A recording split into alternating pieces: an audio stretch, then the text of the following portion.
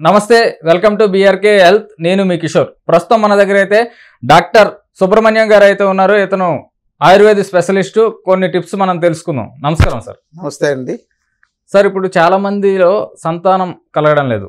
దానికి కారణం ఏమంటారు? ఆహార విధానాలు చాలా మారిపోయినాయండి. జీవన విధానం చాలా మారిపోయింది. ఇక్కడ ఆహార విధానంలో పురుషుల్లో సమస్యలు ఉంటున్నాయి, స్త్రీలలోనూ సమస్యలు ఉంటున్నాయి. ఈ పురుషుల్లో ఉండే సమస్యల్లో ప్రధానంగా స్పెర్మ్ కౌంట్ సరిపడినంత లేకపోవడం, అంటే వీర్య కణాలు, శుక్ర కణాలు అంటారు కదా, ఇవి సరిపడా లేకపోవడం అనేది పురుషుల్లో వచ్చే సమస్య. దీనికి చాలా రకాల కారణాలు ఉన్నాయి. తర్వాత స్త్రీలలో ఉండే సమస్యలు ఏంటంటే వాళ్ళకు నెలసరి సక్రమంగా కాకపోవడం, వాళ్ళకు పీసీఓడి సమస్యలు, పీసీఓఎస్ సమస్యలు ఉండడం, ఇక రకరకాల రక్తం సరిపడినంత లేకపోవడం, వాళ్ళు హెల్తీగా లేకపోవడం. ముందు మీరు ఒక బేసిక్గా ఒక మంచి పాయింట్ తెలుసుకోవాల్సింది ఏంటంటే, సంతానం కలగాలంటే ముందు ఇద్దరు ఆరోగ్యవంతులై ఉండాలి. వీళ్ళలో అనారోగ్యం ఉండడం కారణంగా, అంటే వీళ్ళు బాగా తిరుగుతున్నారంటే ఆరోగ్యంగా ఉన్నట్టు కాదు. వీళ్ళకు సంతానం కలగడానికి కొన్ని రకాల సమస్యలు, అంటే ఆమె స్త్రీలలో గర్భదోషాలు, పురుషుల్లో వీర్య దోషాలు, ఇవి ఉండడం వల్ల వీళ్లకు సంతానం కలగకపోతుంది. ఇప్పుడు జీవన విధానం కూడా మారిపోయింది. ఈ మధ్య నేను వింటున్నా, ఏంటంటే మీ అమ్మాయికి ఎప్పుడు పెళ్లి చేస్తున్నారు అని అడిగితే, అప్పుడేనా, మా అమ్మాయికి ఇప్పుడే 28 ఏళ్లే కదా అని అంటున్నారు. 28 ఏళ్లకు ఇంకా పెళ్లి చేయట్లేదంటే వాళ్ళకు 30 ఏళ్ళు వచ్చేసరికి వాళ్ళ యొక్క అండాలు ఉత్పత్తి తగ్గిపోతుంది, దాంతో క్వాలిటీ తగ్గిపోతుంది. స్త్రీలలో తప్పనిసరిగా పెళ్లి వయసు 18 నుంచి 25 సంవత్సరాల మధ్యలో వాళ్లకు పిల్లలు కలిగేదానికి అవకాశాలు, మంచి సంతానోత్పత్తి కలగడానికి కావలసిన ఎగ్స్ ఉత్పత్తి అవుతుంటాయి. కాబట్టి ఒకవేళ దాన్ని ప్రొలాంగ్ చేయగలిగితే అప్ టు 30 దాకా ప్రొలాంగ్ చేయొచ్చు. అంతకంటే తర్వాత పుట్టే పిల్లలు కూడా హెల్తీగా ఉండరు, అనారోగ్యకరంగా ఉంటారు. పురుషుల్లో కూడా 20 నుంచి 30 ఏళ్ల మధ్యలోనే పిల్లలైతే వాళ్ళు ఆరోగ్యకరంగా ఉంటారు. కానీ ఇప్పుడు చాలా మంది 30 ఏళ్ళు దాటిన తర్వాత పెళ్లిళ్ళు చేసుకుంటున్నారు. కాబట్టి ఇప్పుడు ప్రెజెంట్ ట్రెండ్ కూడా అదే సార్. అంటే అందరూ సెటిల్ అవ్వాలని అనుకుంటున్నారు. ఈ సెటిల్ అవ్వడం అనేది ఏంటో తెలియదు. సెటిల్ అవ్వడానికి వాళ్ళు పెళ్లి చేసుకోవడానికి అసలు సంబంధం ఏమీ లేదు.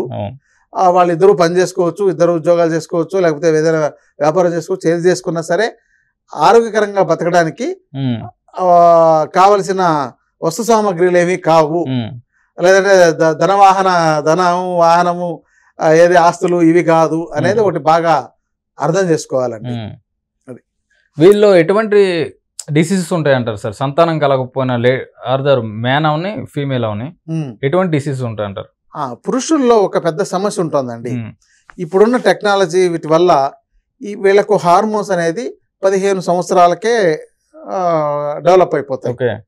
ఓ 16 సంవత్సరాలు అప్పుడు చూడడానికి చిన్న పిల్లోడు అయి ఉంటాడు. కాబట్టి ఓ 18 నుంచి 20 దాటిన తర్వాత ఇది గతంలో పెళ్లిళ్ళు చేసేవాళ్ళు.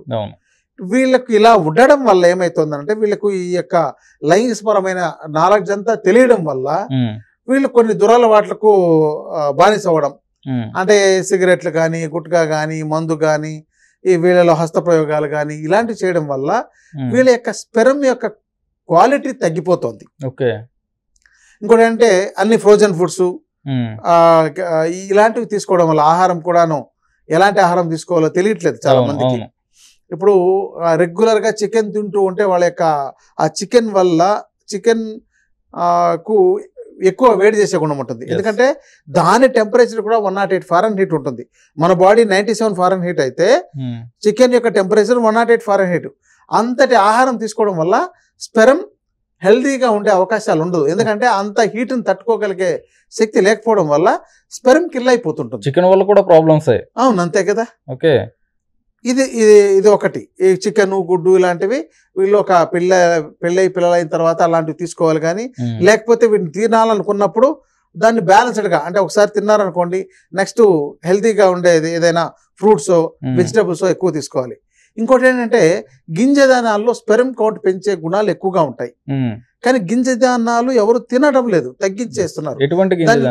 అన్ని మొలకొచ్చేవి ఏ గింజలైనా సరే మనకు ఆరోగ్యకరమైనవి. పెసళ్ళు, శనగలు, ఉలవలు, రాగులు, జొన్నలు, సజ్జలు, కొర్రలు, ఇక గోధుమలు, ఇవన్నీ కూడా మొలకలు రాగలిగేవి. మళ్ళీ బియ్యం ఇక్కడ పనికిరాదు. ఇక్కడ బియ్యాన్ని వేస్తే మీకు మొలకలు రావు.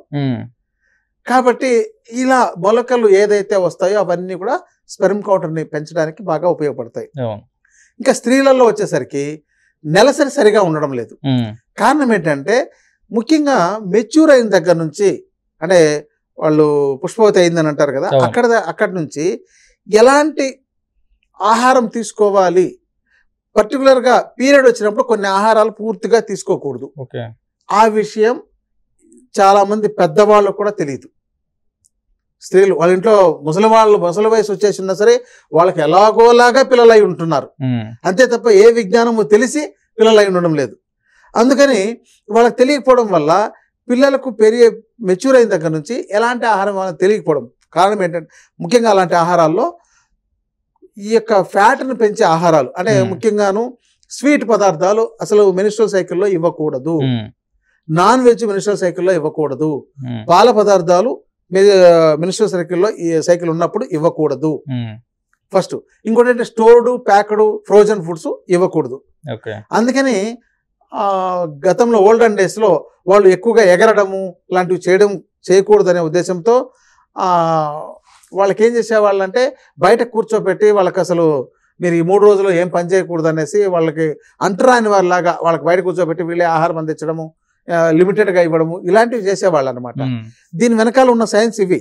ఇప్పుడు ఏంటంటే ఈ ఫ్రీడమ్ వల్ల ఏంటంటే అలాంటి సమయంలోనే ఇంకా రకరకాలు తిరగడం చేయడం వల్ల ఆ యొక్క మెన్స్ట్రువల్ సైకిల్ జరిగేటప్పుడు ఈ ఆహారాల వల్ల వాళ్ళకు లోపల సిస్ట్లు, ఫైబ్రాయిడ్స్ లాంటివి డెవలప్ అవుతాయి.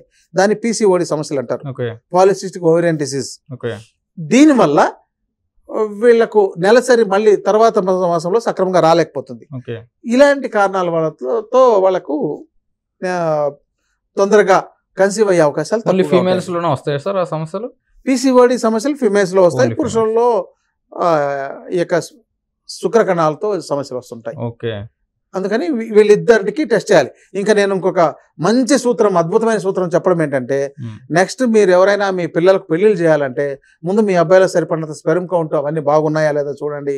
మీ అమ్మాయికి మెన్స్ట్రువల్ సైకిల్ బాగుందా, యొక్క గర్భసంచిలో ఏదైనా దోషాలు ఉన్నాయా, అది చూసి అవి సరి చేసిన తర్వాత పెళ్లిళ్ళు చేయండి అని నేను చెప్తాను.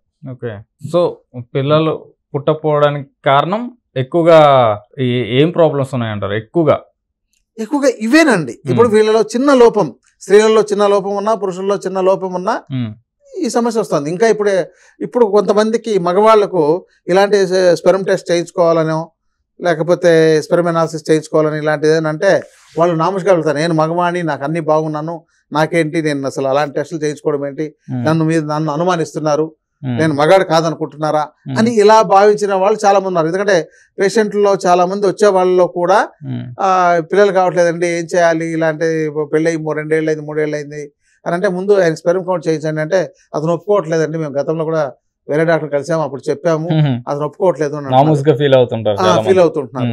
కానీ తర్వాత టెస్ట్ చేస్తే వాళ్ళలో చాలా మందికి సమస్యలు ఉంటున్నాయి.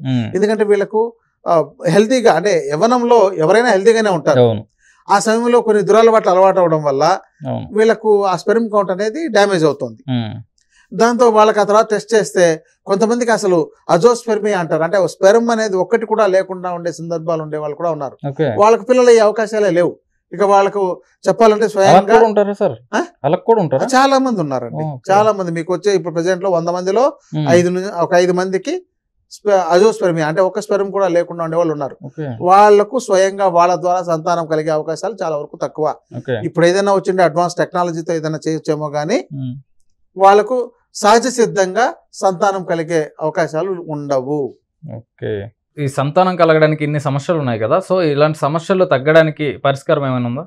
ఆయుర్వేదంలో అద్భుతమైన పరిష్కారాలు ఉన్నాయండి. ముఖ్యంగా స్పెర్మ్ కౌంట్ అనేది పెంచాలంటే ఆయుర్వేదమే మార్గం. ఆధునిక వైద్యంలో కూడా ఇలాంటి వాళ్ళకు కొంత ఏదైనా ఇప్పుడు అలిగోస్పెర్మియా అంటే కొంత మాత్రమే ఉంది కానీ సరిపడినంత స్పెర్మ్ లేదు అన్నప్పుడు కూడా వాళ్ళు రాసే ఔషధాలు కూడా ఆయుర్వేదంతో తయారు చేసినవి, ఆయుర్వేద మూలికలతో తయారు చేసిన ఔషధాలే రాస్తున్నారు. అది ఆధునిక వైద్యులు కూడా ఇక్కడ చెప్తుండేది. అలాగే స్త్రీలలో ఈ పీసీఓడి సమస్యలు లాంటివి ఏమైనా ఉన్నట్లయితే దీనికి ఆయుర్వేదంలో అమోఘమైన పరిష్కారాలు ఉన్నాయండి. వాళ్ళు ఏదైనా ట్యూబల్ బ్లాక్స్ ఉన్నా కూడా, లేకపోతే వాళ్ళు ఈ పాలిసిస్టిక్ ఓవేరియన్ ప్రాబ్లమ్స్ ఉన్నా కూడా వాటిని కూడా సరిచేసి నెలసరి సక్రమంగా వచ్చేటట్టు చేయొచ్చు. ఇంకొంతమందిలో వైట్ డిశ్చార్జ్ అని శ్వేత ప్రదర అంటారు ఆయుర్వేదంలో, లుకోరియా అని అంటారు ఆధునికంలో.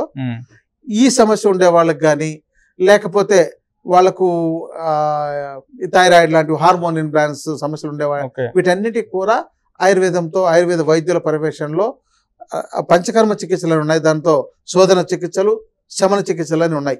శోధనం అంటే లోపల ఉన్న చెడునంతాను క్లియర్ చేయడం. తర్వాత శమన చికిత్సలు అంటే లోపల ఉన్న సమస్యలన్నింటినీ మళ్ళీ బాగు చేయడం.